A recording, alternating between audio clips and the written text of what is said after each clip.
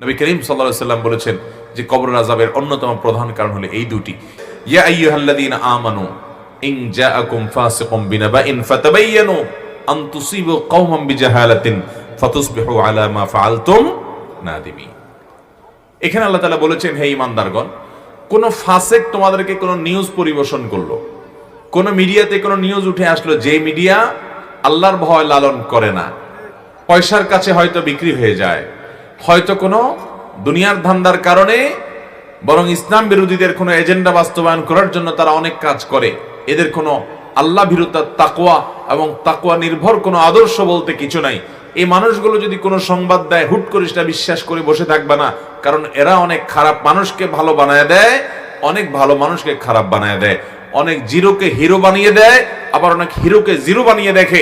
অতএব শুধুমাত্র এই গতানুগতিক তথাকথিত মিডিয়াই নয়, যে কোনো মানুষ তোমার কাছে কোনো সংবাদ পরিবেশন করলো, ফেসবুকে তুমি একটা নিউজ পাইলা আর অমনি ওটা শেয়ার শুরু করে দিলা, লাফালাফি করে ওটা বলা বলি শুরু করে দিলা, না। তোমাদের কাজ হলো কোনো সংবাদ আসলে ফাসিক এমন কোন মানুষ যদি সংবাদ পরিবেশন করে যার ভিতরে আল্লাহ ভীরুতার ঘাটতি এবং কমতি আছে, ওইটাকে যাচাই করো, ওইটাকে তাহকিক করো, অনুসন্ধান করো, ওইটাকে ক্রস চেক করো, তারপর তুমি সে বিষয়ে সিদ্ধান্ত নিবে। আল্লাহ অন্য আয়াতে বলেছেন, ওয়ালা তাকফু মা লাইসা লাকা বিহি ইলম, যে বিষয়ে তুমি চূড়ান্তভাবে নিশ্চিতভাবে জানো না, সে বিষয়ে কোনো বিষয়ে অবস্থান গ্রহণ করতে যাবে না। আল্লাহ আমাদেরকে বেঁচে থাকার তৌফিক দান করুন। 6 থেকে 8 নম্বর আয়াতের মধ্যে আরো একটি বিষয় আলোচিত হয়েছে, সেটা হলো আল্লাহ রাব্বুল আলামিন বলেছেন, ইন্নামাল মুমিনুনা ইখওয়াহ ফাআসলিহু বাইনা আখওয়াইকুম, নিশ্চয়ই ইমানদাররা সবাই ভাই ভাই, অতএব তোমরা ইমানদারদের মধ্যে কোনো গন্ডগোল, কোনো ভুল বুঝাবুঝি, কোনো মতমানের পার্থক্য, কোনো মনোমালিন্য হলে এটাকে সংশোধন করে দিবে, এটাকে দূর করে দিয়ে তাদের মধ্যে ঐক্য সৃষ্টি করার চেষ্টা করবে। আর আমাদের স্বভাব হলো উল্টা, যদি কোনো মুসলমানের সাথে কারোর মনোমালিন্য হয়, আমরা সেখানে চুগলখড়ি করি, ঠিক না ভাই? ঠিক। এক আলেম আরেক আলেম সম্পর্কে হয়তো কিছু বলেছেন, হয়তো তিনি ভালো অ্যাঙ্গেল থেকেই বলেছেন, আপনি যার ব্যাপারে বলছেন তার কাছে যা বলছেন, আপনি জানেন উনি আপনার সম্পর্কে কি বলছে? ওই বেচারার পেট ফুলে বিশাল বড় আপনার মোটকায় পরিণত হয়ে গেছে, আমার সম্পর্কে এরকম বললো। আছে না না এই সমস্ত চগলখোর? এই চগলখড়ি এটা খুব ভয়াবহ বিষয়। কবরের আযাব দুটি কারণে হবে সবচেয়ে বেশি। তার একটি হলো পেশাব থেকে ভালো করে পবিত্রতা অর্জন না করা, আরেকটি হলো চগলখড়ি করা। নবী করিম সাল্লাল্লাহু আলাইহি ওয়াসাল্লাম বলেছেন যে কবরের আযাবের অন্যতম প্রধান কারণ হলো এই দুটি। এই চগলখোর ব্যক্তি নাম্মাম, সে জান্নাতে প্রবেশ করবে না। নবী সাল্লাল্লাহু আলাইহি ওয়াসাল্লাম বলেছেন, লা ইয়াদখুলুল জান্নাতা নাম্মাম, নাম্মাম জান্নাতে যাবে না। চগলখড়ি যে কত নিকৃষ্ট একটা চরিত্র, আমাদের সমাজের চতুর্দিকে তাকালে দেখবেন চগলখোর আর চগলখোর। আপনার সামনের কাছে যায়, আপনার সামনে যায় আপনার কাছে ভালো সাজবে, আবার আরেকজনের কাছে যায় তার কাছে ভালো সাজবে, আছে না নাই? এই চগলখড়ির চরিত্র কোনো ইমানদারের মধ্যে থাকতে পারে? ইমানদার সব সময় অন্যের কল্যাণকামী হবে। কারোর মধ্যে, দুজনের মধ্যে ভুল বুঝাবুঝি হয়েছে, সে ভুল বুঝাবুঝি দূর করার জন্য সে প্রাচীরের ভূমিকা রাখবে, যে প্রাচীর দুজনকে এক করবে। সে প্রাচীর হয়ে দুজনের মধ্যে বিভেদ সৃষ্টি করবে না, বরং পারলে সেতু বন্ধন হবে, প্রাচীর না বরং সেতু হবে। আল্লাহ তাআলা আমাদের সবাইকে সেটা করার তৌফিক দান করুন। আমরা অনেকে কিছু ইবাদতকে ইবাদত হিসাবে জানি না।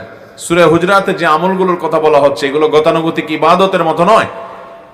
কোন দুইজন মুসলমানের মধ্যে গন্ডগোল, মনোমালিন্য দেখা দিয়েছে, আপনি যদি মীমাংসা করে মিটাই দিতে পারেন, মিলাই দিতে পারেন, তাহলে এটা আপনার আমল নামাতে অনেক বড় একটা সওয়াব জমা হওয়ার কারণ হবে।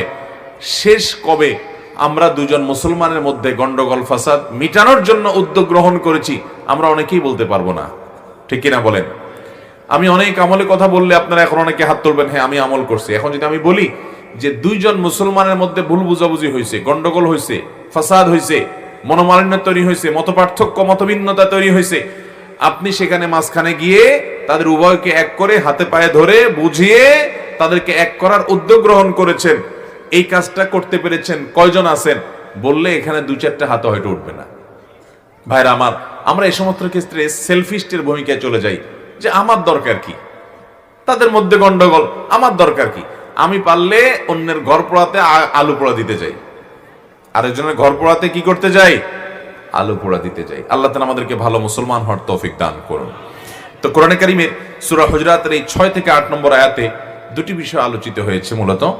তার একটি হলো কোন প্রপাগান্ডা, কোন গুজবে যেন মুসলমান কান না দেয়, তাহকিক করে যাচাই বাছাই করে ক্রস চেক করে তারপরে কোনো বিষয়ে সিদ্ধান্ত নিতে যাবে। হুটহাট করে কিছু বলে এরপরে বলবে সরি, ভুল হয়ে গেছে, তথ্যগত ভুল ছিল, আমি জানতাম না, হানতান। এগুলো মুসলমানের চরিত্র না। মুসলমান ভালো করে যাচাই বাছাই করে তারপরে কথা বলবে। হুটহাট করে না জেনে কোনো মন্তব্য করতে যাবে, বিশেষ করে ফেসবুকের এই যুগে অনেক বেশি সতর্ক আমাদেরকে থাকতে হবে। কিছু পাইলেই বিশ্বাস করে নিলাম, এটা করা যাবে না। ঠিক একইভাবে এখানে মুসলমানদের পারস্পরিক সম্পর্কগুলো যেন ভালো থাকে, একটা সমাজের মানুষের মধ্যে যেন সম্পর্ক ভালো থাকে, সেজন্য সংশোধনকামী, মীমাংসাকামী হতে বলা হয়েছে। আল্লাহ তাআলা আমাদেরকে সেটা তৌফিক দান করুন। ওয়াসসুলহু খায়র, মীমাংসা এটা উত্তম, সর্বোত্তম বিষয়। আমরা যেন কেউ কাউকে নিয়ে বিদ্রুপ না করি, ব্যঙ্গ না করি, হাসাহাসি ঠাট্টা না করি। সোশ্যাল মিডিয়ার কল্যাণে আজকাল এই অপরাধটা আমাদের মধ্যে ব্যাপক আকারে দেখা দিয়েছে। কারোর একটা কিছু পাইলেই হলো শুরু হয় ট্রলবাজি। আছে না নাই? ট্রলবাজি, তারা নিয়ে মজা নেওয়া, তারা নিয়ে হাসাহাসি করা। আল্লাহ রাব্বুল আলামিন কোরআনে কারীমে এই বিষয়ে বলতে গিয়েও বলেছেন, ইয়া আইয়ুহাল্লাযীনা আমানু লা ইয়াসখার কওমুম মিন কওমিন আসা আন ইয়াকুনু খায়রাম মিনহুম ওয়ালা নিসাউম মিন নিসাইন আসা আন ইয়াকুননা খায়রাম মিনহুন। ভাইরা আমার, আল্লাহ রাব্বুল আলামিন এখানে আমাদেরকে বলেছেন, তোমরা কেউ কাউকে নিয়ে বিদ্রুপ ব্যঙ্গ করো না। ভাইরা, আরেকজন সম্পর্কে মন্তব্য করতে পয়সা লাগে না। হুটহাট করে একটা মন্তব্য করে দিলেন, হতে পারে সে আল্লাহর কাছে আপনার চাইতে বেশি প্রিয়, আপনি আল্লাহর কাছে অপ্রিয় হতে পারে কি পারে না? আপনি যার বিরুদ্ধে ফতোয়া দিচ্ছেন, হতে পারে তার কোনো আমলের কারণে সে আল্লাহর কাছে অনেক প্রিয়, আপনি পিছিয়ে আছেন। এই জন্য ইমানদার কখনো কাউকে নিয়ে ব্যঙ্গ বিদ্রুপ করবে না। নিজের চিন্তা করে শেষ, যে আমার কি হাল হবে আখিরাতে আমি জানি না, আমি কিভাবে আরেকজনের বিরুদ্ধে লাগি, তার পিছনে লাগি, তাকে নিয়ে ব্যঙ্গ বিদ্রুপ করি। এটা জায়েজ নাই, কবিরা গুনাহ। অথচ এই ব্যঙ্গ বিদ্রুপ, ঠাট্টা তামাশা, হাসি করা, আরেকজনকে নিয়ে হাহা করা, এরকম পাগলামো ছাগলামো আমাদের অনেক মুসলমান ভাইরা করে কি করে না? ভাইরা, আল্লাহ আমাদেরকে বেঁচে থাকার তৌফিক দান করুন। এতে আল্লাহ রাব্বুল আলামিন আরো বলেছেন আমাদেরকে, ওয়ালা তালমিজু আনফুসাকুম, তোমরা নিজেদেরকে তোমরা একে অন্যকে খোঁচাখুচি করো না এবং মন্দ নামে ডেকো না। একজন আরেকজনের বলল, চুপা, তুমি কিভাবে জানলা? তুমি তার কলবে ঢুকছো? আছে না এইসব গালি আমাদের মধ্যে? ভাইরা আমার, এগুলো সবগুলো গালি। এই গালিবাজ কখনো ভালো মুসলমান হতে পারে না। তো এগুলো পরিহার করতে হবে। দ্বিতীয়ত, নিজের যে সমস্ত মন্দ চরিত্রকে দূর করার জন্য আল্লাহ রাব্বুল আমাদেরকে নির্দেশ করেছেন, সেটি হলো আল্লাহ রাব্বুল আলামিন বলেছেন, ইয়া আইয়ুহাল্লাযীনা আমানু আমানুজতানিবু কাসীরাম মিনায-যন্ন ইন্না বা'যায-যন্নি ইসম। হে ঈমানদাররা, তোমরা একে অন্যে কেউ কারো প্রতি কুধারণা করবে না, কারণ কুধারণা করা, মন্দ ধারণা করা এটা গুনাহের কাজ। এটাও দেখবেন যে অন্যের ব্যাপারে কুধারণা করতে আমরা মহাপটু।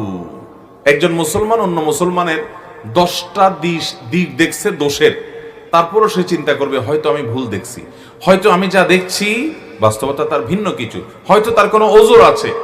এরকম বিভিন্নভাবে সে ওজর তালাশ করবে অন্যের ব্যাপারে, আর নিজের ব্যাপারে সে কড়া হবে।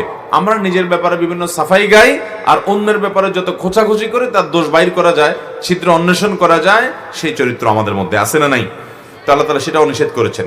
এরপর আল্লাহ তাআলা আরো নিষেধ করেছেন 3 নম্বরে, ওয়ালা তাজাসসু, তোমরা এক অন্যের পেছনে স্পাইগিরি করো না। স্পাইগিরি করো না, তোমরা একে অন্যের সাথে গোয়েন্দাগিরি করো না। ওই যে দোষ বাইর করা, ছিদ্রান্বেষণ করা, এটা করবা না। এগুলোও দেখবেন আমাদের মধ্যে প্রচুর আছে। বরং যারা ইসলাম প্র্যাকটিস করে তাদের মধ্যে কোনো কোনো ক্ষেত্রে এই রোগগুলো আরো বেশি, যে এক দলের লোক আরেক দলের লোকের বিরুদ্ধে স্পাইগিরি করে। আছে না নাই? এক দলের লোক আরেক দলের লোকের দোষ বাইর করার জন্য টর্চ লাইট দিয়ে নেমে যায়। আছে না নাই? ভাইরা আমার, এরপর আল্লাহ তাআলা বলেছেন চতুর্থত, ওয়ালা ইয়াগতাব বা'দুকুম বা'দা, তোমাদের কেউ যেন